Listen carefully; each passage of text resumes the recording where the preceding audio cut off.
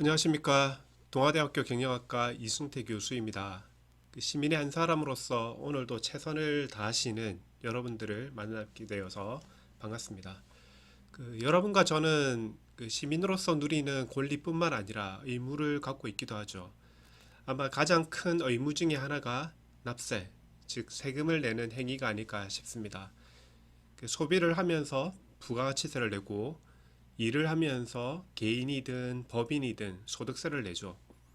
국민과 시민의 의무이지만 우리가 낸 세금이 얼마나 되는지 그리고 어디에 사용되는지 이해하기가 어려운 경우가 많습니다. 또 우리가 낸 세금이 제대로 사용이 되고 있는지 궁금하기도 합니다. 오늘은 생활 속에서 우리가 내는 세금이 어떻게 잘 사용되고 있는지에 대한 그런 궁금증들을 하나씩 풀어가는 시간을 마련했습니다. 우리 모두는 세금의 주체죠. 그리고 세금을 잘 사용해 달라고 정부나 지방자치단체에 맡긴 주인이기도 합니다. 그 세금의 주인으로서 이를 사용하는 정부나 지방자치단체가 세금을 잘 사용하고 있는지를 살펴보는 것은 시민의 권리이자 의무입니다. 이제 예산 낭비 신고 제도를 같이 접하면서 우리가 낸 세금이 잘 사용되고 있는지 낭비되고 있는 부분은 없는지 살펴보는 계기가 되었으면 하는 바람입니다. 예산 낭비 신고 제도는 결국 낭비되는 예산을 발견해서 막아보자는 것이 취지이죠. 그런데 예산 낭비 신고 제도라는 단어가 쉬운 말은 아닙니다. 예산이 무엇인지 그리고 어느 정도가 낭비라고 봐야 되는 것인지 그 다음에 낭비라고 판단이 되면 어떤 절차를 거쳐서 신고를 해야 될 것인지 자 이런 부분들을 우리는 하나씩 해결해야 될 과정이죠. 우리 예산을 이해하기 위해서는 그 예산이 마련되는 어떤 과정을 이해할 필요가 있는데요. 어떤 일을 하겠다라고 결국 정부나 지방자치단체의 성격을 규명할 수 있습니다. 파악을 할 수가 있죠. 자, 그런 성격이 규명이 되면 그 성격을 정책으로 마련을 하게 되는데요. 그 정책을 실현하기 위해서 필요한 자금을 조달하고 또 사용하는 행위, 이것이 바로 예산이라고 볼 수 있습니다. 결국 예산은 그 자치단체의 정책을 달성하기 위한 재원을 얼마나 어디에서 조달할 것인지 그리고 조달된 세금을 어디에 사용을 하고 또 그러한 사용을 함으로써 어떤 성과를 낼 것인지를 사전적으로 금액으로 표현한 것이다. 이렇게 우리는 이해할 수 있습니다. 예산은 기업에서 계산하는 어떤 수익이나 비용 그리고 이익의 개념과는 다소 차이가 있습니다. 우리 기업들은 어떻습니까? 이익을 내야 되는 주체죠, 그죠? 그래서 이익을 내기 위해서는 물건을 판매해서 벌어들이는 수익에서 그 물건을 제조하거나 또 구입하는 데 들어가는 비용보다 더 커야 됩니다. 그러한 이익이 나와야만 바로 기업의 가치는 증가한다고 볼 수 있죠. 그리고 이러한 이익은 결국 기업에 투자한 주주들의 몫으로 돌아가기 때문에 주주들의 부가 증가하게 되는 겁니다. 이에 비해서 자치단체는 어떻습니까? 이익을 남기면 안 되죠. 들어온 세입 범위 내에서 세출을 하게 됩니다. 그런데 이러한 세출은 기업과는 다소 차이가 있는 것이 목적이 거의 정해져 있죠. 즉 시민이나 시민들의 어떤 격차를 해소한다든지 그리고 전체 문제를 해결하는데 바로 세금을 사용하게 됩니다. 기업은 이익을 내면 잘했다라고 말하지만 자치단체는 이익을 내는 주체가 아니기 때문에 들어온 세입 범위 내에서 세출을 한다. 즉 세입과 세출 금액이 같다. 이런 차이가 있고 또 기업은 좋은 제품을 만들고 또 좋은 서비스로 수익을 내는 주체이지만 자치단체는 사회적인 격차를 해소하고 또 자치단체 전체의 문제를 해결하는데 세금을 사용한다. 이런 좀 차이가 있습니다. 그죠? 자, 우리 예산은 결국 자치단체 정책을 숫자로 표현하는 것이고요. 그리고 그러한 정책을 실현하기 위해서 얼마를 사용할 것인가를 규명하는 것이 바로 예산 편성입니다. 그죠? 한정된 세입을 바탕으로 예산을 편성하게 되죠. 그러면 이러한 예산을 편성할 때 앞서 기업과는 다른 어떤 기준이 있는가? 예, 첫 번째 우리 예산을 편성하는 기준으로는 바로 자치단체의 목적, 그죠? 정책의 목적을 달성하는 데 필요한 예산입니다. 그리고 자치단체 소속인 시민들이 원하는지, 그리고 꼭 해야 될 사업인지 당연히 법을 준수하면서 마련이 되어야 되고요.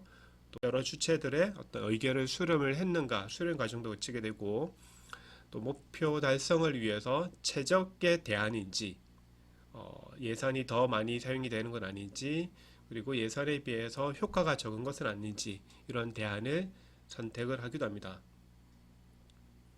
그리고 세대나 소득, 또 지역, 성별 간의 형평성 문제도 또 굉장히 중요한 문제죠. 여기에 어긋나지 않는지도 또 예산 기준으로서 살펴보고 있습니다.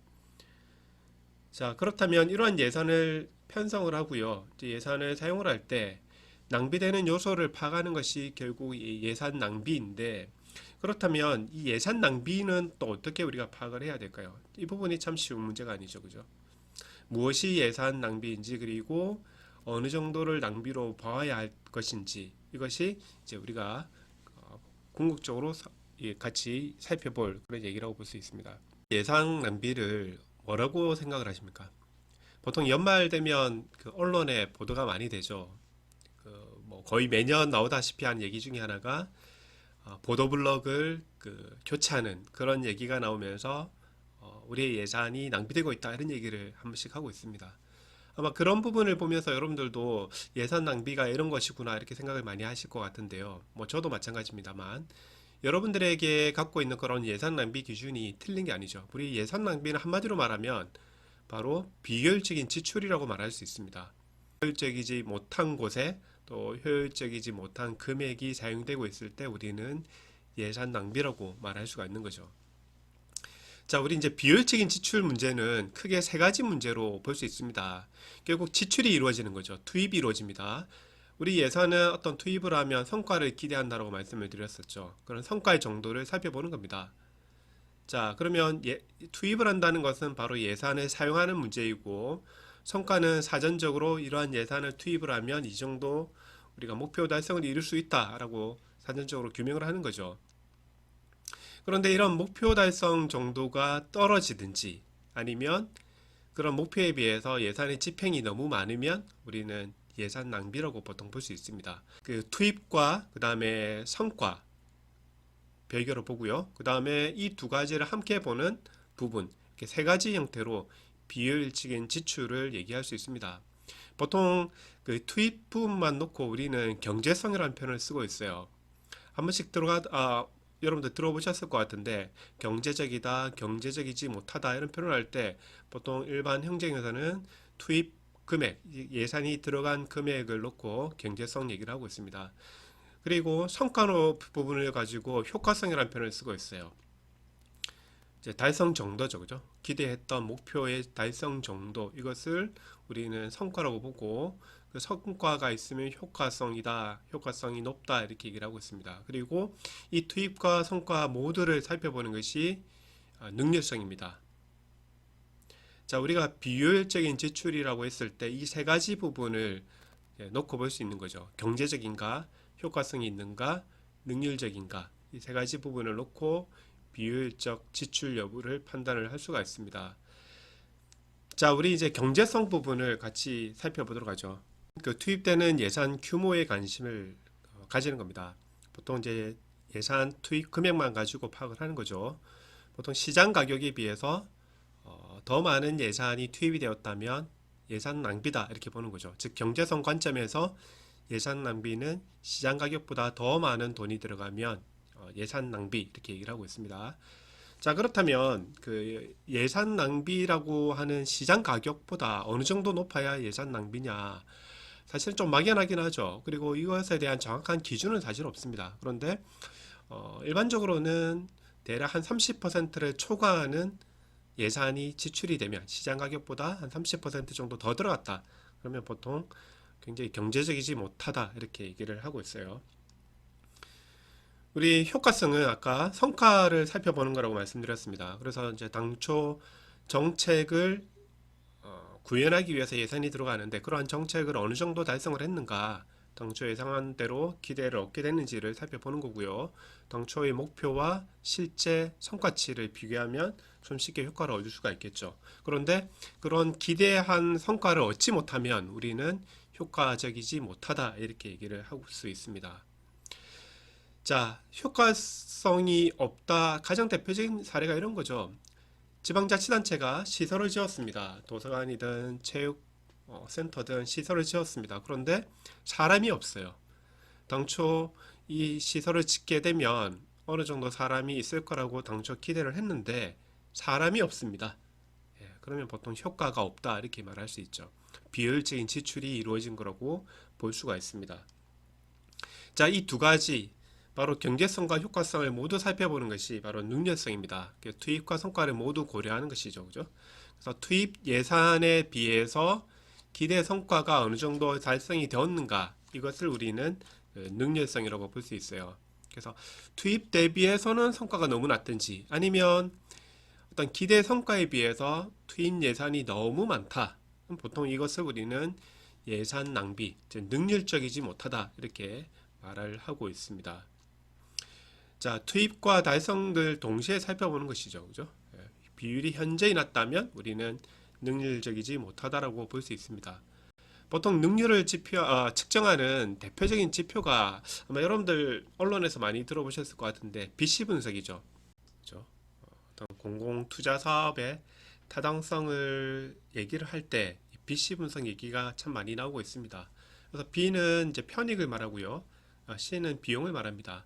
어떤 정부나 지방자치단체가 공공투자 사업을 이제 시작을 할 때 어떤 국민이나 시민들이 누릴 수 있는 편익과 그에 대응되는 비용을 대비시켜서 능률성을 측정하는 그런 지표이죠. 지출은 그 경제성, 그리고 효과성, 그리고 능률성을 살펴보는 거다라고 제가 말씀을 드렸는데 경제성은 시장 가격보다 과하게 많은 지출이 이루어졌다. 그리고 기대했던 성과에 미치지 못한다. 그리고 그러한 지출과 성과가 상당히 미비하다. 이런 것들이 바로 비효율적인 지출입니다. 하나 사례를 한번 같이 들면서요. 이러한 이제 경제성과 효과성 그리고 능률성의 어떤 미묘한 그런 차이들을 같이 살펴보도록 하죠. 이러한 경제성과 효과성 그리고 능률성을 살펴보는 것은 그렇게 생각처럼 쉬운 것은 아닙니다. 그래서 우리 사례를 통해서요. 이런 경제성과 효과성과 그다음에 능률성의 차이를 한번 알아보도록 하겠습니다. 자, 우리 경찰 업무를 한번 생각을 해보도록 할게요. 경찰 업무 가장 중요한 것은 어떻습니까? 사건이 발생이 되었을 때 신속하게 사건이 해결되어야 되겠죠. 그러면 이러한 경찰 업무를 놓고 경제성과 효과성 그리고 능률성의 차이를 한번 비교를 해보도록 하죠. 자, 우리 사건이 해결이 이루어지면 바로 효과성 있다 이렇게 얘기할 수 있습니다. 경찰이 존재하는 어떤 목적이 이루어진 거죠. 기대 성과가 이루어진 겁니다. 그런데 그런 사건 해결을 위해서요. 경찰 10명과 경찰차 5대가 아니라 5명의 경찰과 2대의 경찰차로 문제를 해결했다면 굉장히 효율적으로 문제를 해결한 것이죠. 그래서 능률성이 있다 이렇게 얘기를 하고 있습니다. 자, 문제 해결에 사용이 된 이 경찰차를 만약에 시장 가격보다도 더 저렴하게 구입했다면 바로 경제성이 있는 것이죠. 그래서 이러한 경제성과 효과성과 능률성은 사실 구체적으로 살펴보기 위해서는 예산이 사용이 된 부분, 편성이 되고 어떻게 기대를 하고 있고 어떤 목적이 무엇인가에 관한 정보를 알아야 되지만 우리 시민으로서 이러한 모든 정보를 얻는 것은 참 쉬운 일은 아니죠. 그래서 가장 손쉬운 예산 낭비의 기준은 바로 효과성을 살펴보는 겁니다.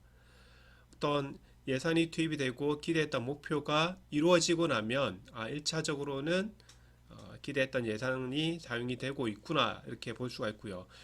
그 다음에 부가적으로 보다 정밀하게 우리가 살펴보기 위해서는 편성된 예산과 또 그런 예산 투입에 사용이 된 어떤 비용들이 경제적인가를 살펴보는 겁니다. 그래서 1차적으로는 효과가 없는 부분은 예산 낭비라고 볼 수가 있는 것이죠. 그래서 우리 주변에 뭔가 정책들이 예산으로 투입이 되었는데 굉장히 미비한 효과를 지금 내고 있다면 그것이 예산 낭비가 아닌가 이렇게 볼 수가 있습니다.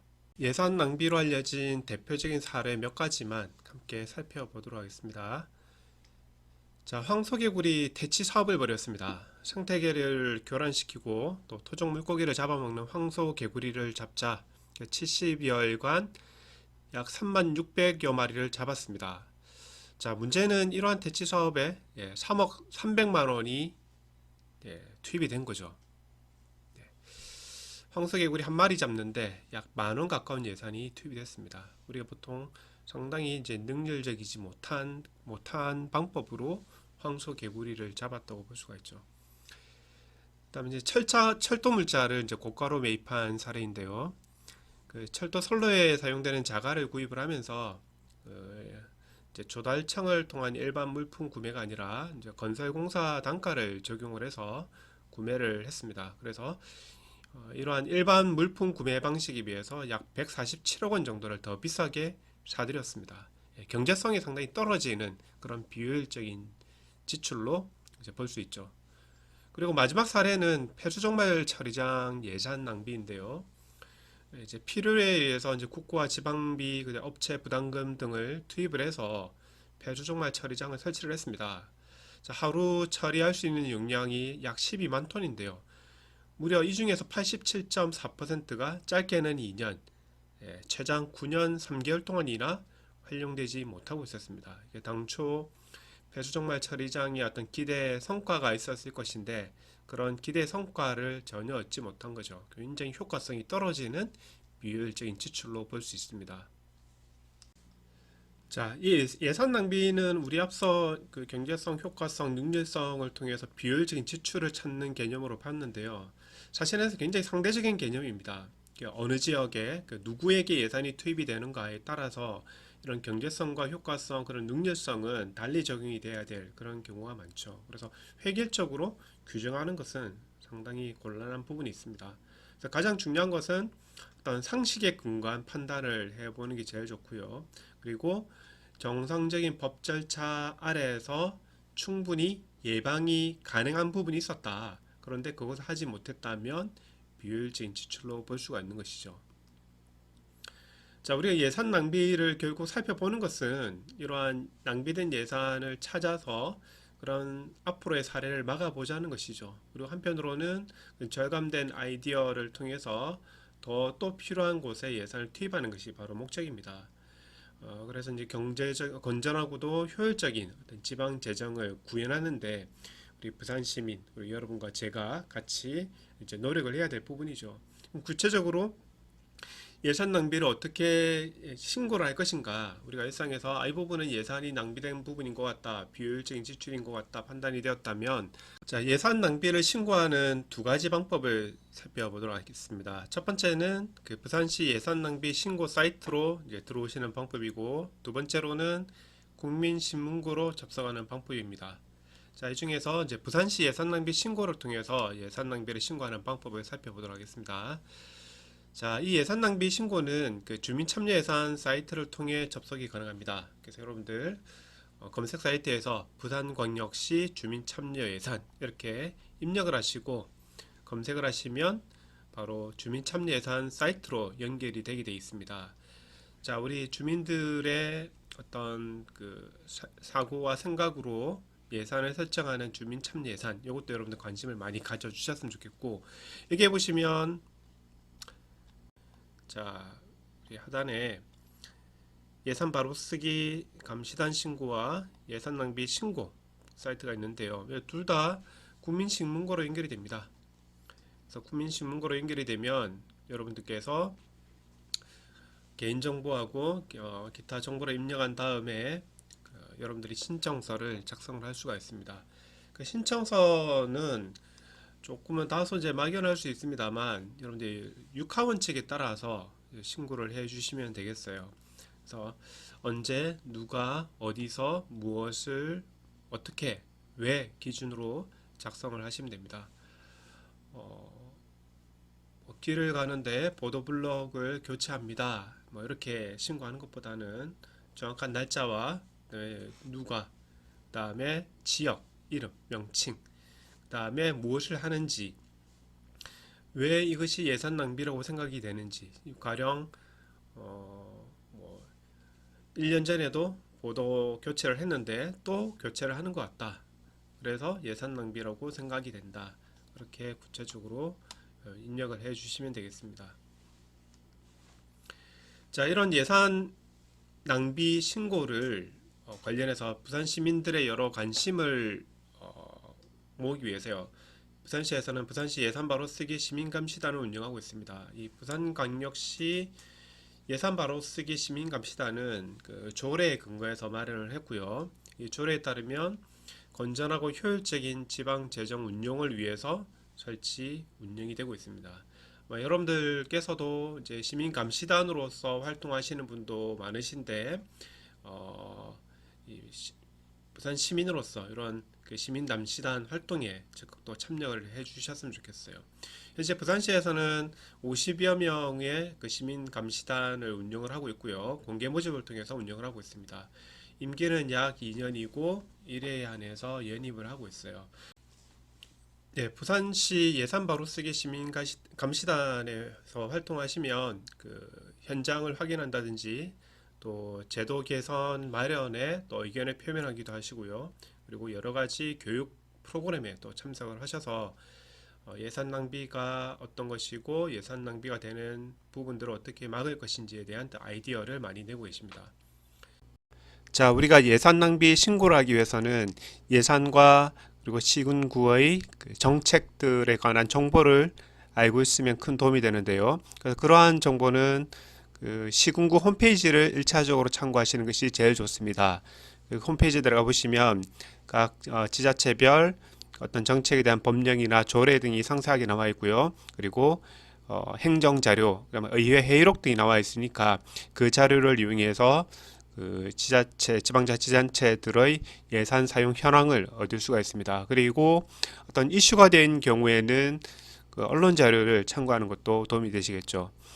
자, 그리고 기획재정부 재정정보 공개 시스템을 접근을 하시면 여기에 이제 기업의 그 회계 현황을 공개하듯이 우리나라 정부 또는 지방자치단체의 재정 정보 역시도 공개가 되어 있습니다. 그래서 여러분들이 어떤 지방자치단체의 재정과 관련된 현황과 통계 정보를 이 사이트를 통해서 얻을 수 있으시고요. 그리고 이 나라 지표에 들어가시면 부처별, 영역별 각종 현황을 알 수가 있습니다. 그래서 그런 국정 통계와 추이를 파악할 수 있기 때문에 우리 여러분들이 살고 계시는 지방자치단체의 어떤 현황이 다른 지역에 비해서 어떤 추세를 보이고 있는지도 파악할 수 있고요. 또 구체적으로 내구정 알림이에 들어가시면 각 지방자치단체별 전국 현황 그리고 재정과 관련된 얘기들, 행정, 행위에 관한 얘기들이 상세하게 나와 있으니까요. 이 내고장 알림이를 참고하시는 것도 예산 낭비 신고에 큰 도움이 됩니다.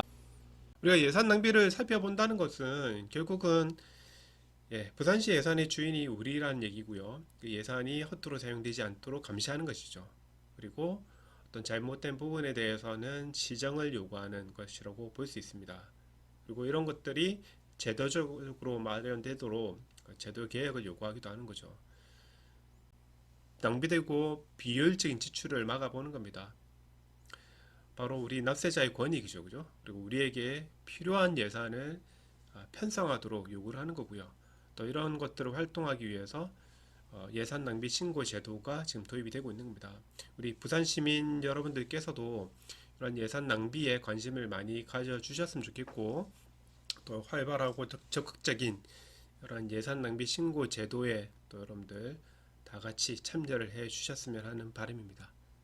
예산 낭비가 어떤 것, 예산이 무엇이고 예산 낭비가 무엇이고 또 예산 낭비 신고들을 어떤 절차를 거쳐서 우리 살펴보았는데요. 우리가 살고 있는 이 자치단체에 대한 관심에서부터 출발을 하는 것이죠. 우리 시민의 일환으로서 낭비된 요소를 찾고 적극적으로 해결하는 그런 우리가 모두 다 되셨으면 좋겠습니다. 감사합니다.